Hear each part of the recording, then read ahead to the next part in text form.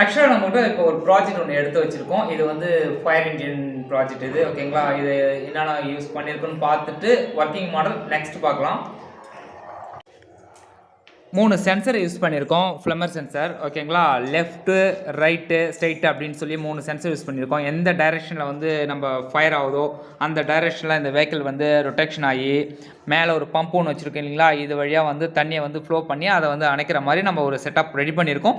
Just இது ப்ரோட்டோ மாடல்ன்றதுனால கொஞ்சம் சின்னதாக தான் இருக்கும். ஓகேங்களா? அதாவது பார்த்தீங்கன்னா இது ஒரு 4 மோட்டார்ஸ் யூஸ் பண்ணியிருக்கோம். இந்த மோட்டாருக்கு எல்லாமே வந்து பர்டிகுலர் வோல்ட்டாக பார்த்தீங்கன்னாக்கா 6லேருந்து 9 வோல்ட் தேவைப்படுது. நம்ம ஆர்டினோ போர்டை பேஸ் பண்ணி பண்ணதுனால டைரெக்டாகவே இதுக்கு வந்து நம்ம 6 வோல்ட்டோ கொடுக்க முடியாது, இல்லை 9 வோல்ட்டோ கொடுக்க முடியாது. அதுக்காக நம்ம பூஸ்ட் பண்ணுறதுக்காக என்ன பண்ணியிருக்கோம், L298ன்ற ஒரு மோட்டர் டிரைவ் யூஸ் பண்ணியிருக்கோம். ஓகேங்களா?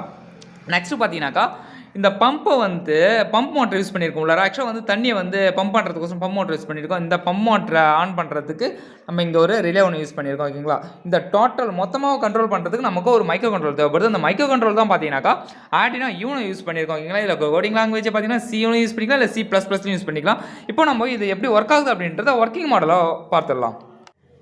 என் கையில் ஒரு லைட்டர் ஒன்று எடுத்து வச்சுருக்கேன். ஆக்சுவலாக அந்த லைட்டர் எதுக்குனாக்கா இந்த ஒரு ஃபயர் பண்ணால் மட்டும்தான் இந்த வெஹிக்கிள்ஸ் வந்து மூவ் ஆகணும் அப்படின்றதுக்காக இப்போ நம்ம வந்து என்ன பண்ண போகிறோம், ஃபயர் பண்ண போகிறோம். ஓகே, ஃபயர் பண்ணியாச்சு. மோட்டரும் வந்து ஆன் ஆகி தண்ணி ஃப்ளோ ஆகிட்டுருக்கு. தேங்க்யூ.